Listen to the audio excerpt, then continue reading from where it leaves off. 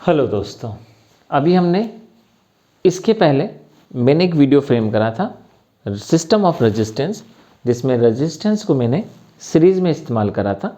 सभी सीरीज़ में कनेक्टेड थे। ऐसी कंडीशन में पोटेंशियल का सम होता है उस टोटल पोटेंशियल के बराबर। करंट एक जैसा फ्लो करता है। सेकंड केस हम डिस्कस करेंगे सिस्टम ऑफ रेजिस्टेंस में पैरेलल केस। तो देखिए, फर्स्ट सीरीज था, मैं सेकंड बना रहा हूँ पैरेलल कॉम्बिनेशन। तो हम क्या करेंगे, सबसे पहले एक सर्किट फ्रेम करते हैं। तो मान के चलिए मेरे पास में एक सर्किट है और उस सर्किट में हम यहाँ पे दिस इज द पहला resistance, this is the second resistance, now this is the third resistance, right. So हमने क्या इस्तेमाल करा, हमने यहाँ पे यूज़ करा okay. So now this is the combination. आप देख सकते हैं ये हमने अप्लाई करा टोटल पोटेंशियल। बाकी का मैं कोई की और कुछ सिस्टम नहीं बना रहा हूँ, मैं सिंपल एक फॉर्मूला ड्राइव करने के लिए आपको कॉन्सेप्ट समझा रहा हूँ। और इस प्रकार से हमने देखा यहाँ पे हमने की लगाई थी जिसको हमने इसको कनेक्ट कर दिया, राइट। तो ये हमारे पास ओवरऑल एक सिस्टम है। आप जानते हैं जब यहाँ पे से करंट पास होगा तो देखिए प्लस से माइनस की ओर करंट जाता है। तो मान लेते हैं यहाँ जो करंट पास हुआ वो कितना हुआ, आई पास हुआ। आप देखिएगा यहाँ पे रेजिस्टेंस R1 ले लेते हैं, ये रेजिस्टेंस R2 और ये रेजिस्टेंस R3।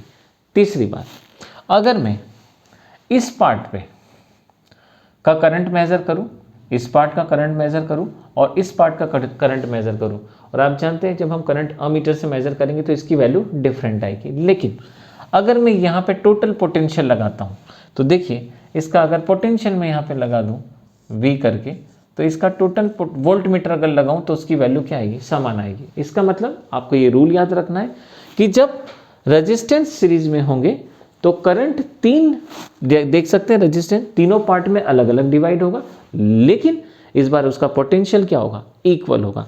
जबकि सीरीज में उल्टा होता था, सीरीज के अंदर पोटेंशियल अलग अलग होते थे, करंट सेम होता था। तो चलिए इस प्रॉब्लम को हम सॉल्व करते हैं। और ये जो एक्सपेरिमेंट होता है, ये एक्सपेरिमेंट आपको करते हैं जब हमें पता पड़ता है कि इसके अंदर इसकी वैल्यू डिफरेंट आती है, और हम इसको और हायर क्लासेस में डिटेल में सीखते हैं। लेकिन 10th स्टैंडर्ड में आपको इतना ध्यान रखना है कि ये जो करंट होगा आई, ये 3 पार्ट में ब्रेक होगा।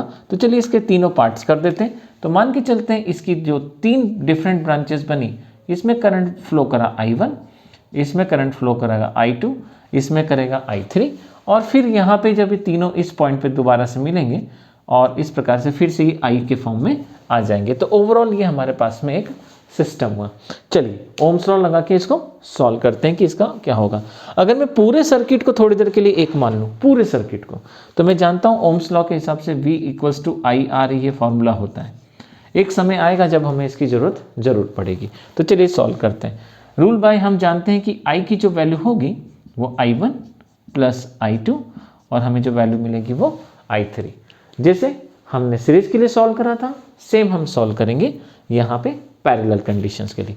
तो मान के चलते हैं अगर मैं इतने केस के अंदर ओम्स लॉ अप्लाई करूँ, फर्स्ट वाले केस के अंदर, तो मैं जानता हूँ इसका पोटेंशियल बराबर होगा, जैसे मैंने अभी आपको थोड़ी देर पहले कहा। तो पोटेंशियल V समान रहेगा, लेकिन I1 करंट मिलेगा और रेजिस्टेंस कितना होगा, R1। याद रखिएगा इस चीज़ को।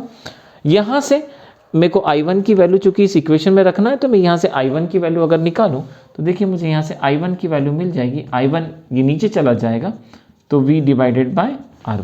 सिमिलरली अगर मैं इस फेस पर ओम्स का नियम लगाता हूँ, सिर्फ इस वाले फेस पर, और उस रूल से अगर मैं ओम्स को देखता हूँ तो पोटेंशियल तो मेरे पास V रहेगा, करंट मेरे पास हो जाएगा I2, और रेजिस्टेंस आप देखेंगे मेरे पास कितना होगा, R2। लेकिन अगर मैं यहाँ से I2 की वैल्यू निकालता हूँ तो मुझे मिलेगा V/R2। नाउ थर्ड केस आगे सॉल्व करते हैं। अगर मैं थर्ड वाले केस में इसमें ओम्स लॉ अप्लाई करता हूँ तो मुझे मिलेगा पोटेंशियल V, करंट मिलेगा मुझे I3, रेजिस्टेंस देखिए मैंने इस्तेमाल करा है यहाँ पे R3। अगर मैं यहाँ से I3 की वैल्यू यूज़ करूँगा तो आप देखेंगे I3 मुझे मिलेगा V/R3। अब आप एक काम करिए, इसको हम इक्वेशन नंबर 1 दे देते हैं और इन सब को तीनों को हम क्या करते हैं, एडिंग कर देते हैं। तो यहाँ से हमने इनको ऐड करा। अब आप देखिए जैसे आप इन तीनों को ऐड करेंगे, इक्वेशन 1, इक्वेशन 2 एंड इक्वेशन 3, जैसे फर्स्ट सेकंड थर्ड को आप ऐड करते हैं, आपको यहाँ से मिलता है I1 plus I2 plus I3 equals to V divided by R1, V divided by R2, V divided by R3। तो आपने देखा यहाँ पे आपको इन तीनों का सम मिला। नाउ व्हाट नेक्स्ट, अब हमें करना क्या है, आप एक काम कीजिए, यहाँ से I1 plus I2 plus I3 इसकी वैल्यू आप क्या मेंशन कर सकते हैं, I मेंशन कर सकते हैं, और यहाँ से आप V कॉमन निकाल सकते हैं।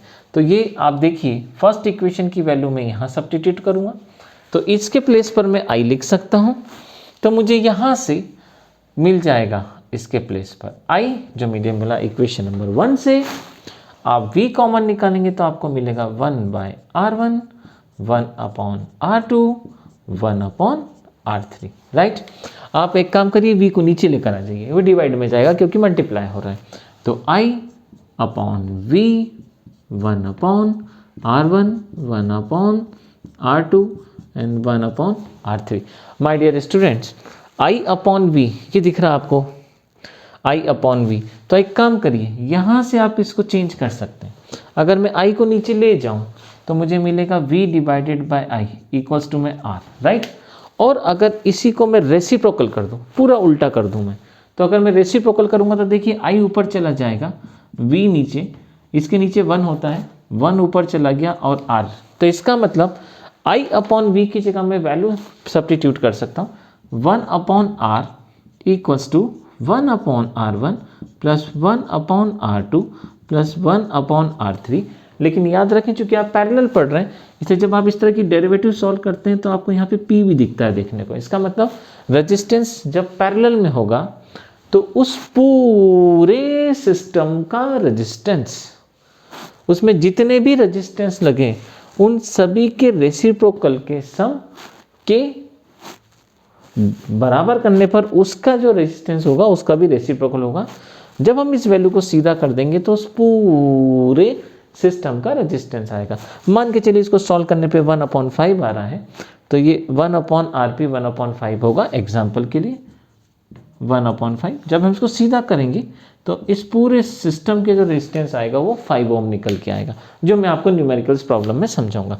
तो आपने देखा मैंने जब सिस्टम ऑफ रेजिस्टेंस का डेरिवेटिव सॉल्व करा, एक मैंने सीरीज करा था, एक पैरेलल करा था। सीरीज में याद रखिएगा हमेशा करंट इक्वल अमाउंट में फ्लो करेगा, लेकिन पैरेलल में अलग अलग अमाउंट में। सीरीज के अंदर पोटेंशियल अलग अलग होगा, लेकिन उसका सम मेन बैटरी के बराबर होगा। यहाँ पे जो पोटेंशियल आप देते हैं वो हर जगह क्या होता है, इक्वल होता है। ये हम पता लगाते हैं जब हम वोल्ट मीटर का यूज़ करते हैं, इससे हम पोटेंशियल निकालते हैं। अगर आप यहाँ पे अमीटर का यूज़ करेंगे तो आपको अलग अलग अमाउंट में करंट मिलेगा। तो ये रहा आपके दोनों डेरिवेटिव क्लास 10 से रिलेटेड। अब मेरा अगला वीडियो इसी की न्यूमेरिकल प्रॉब्लम से रिलेटेड होगा, राइट।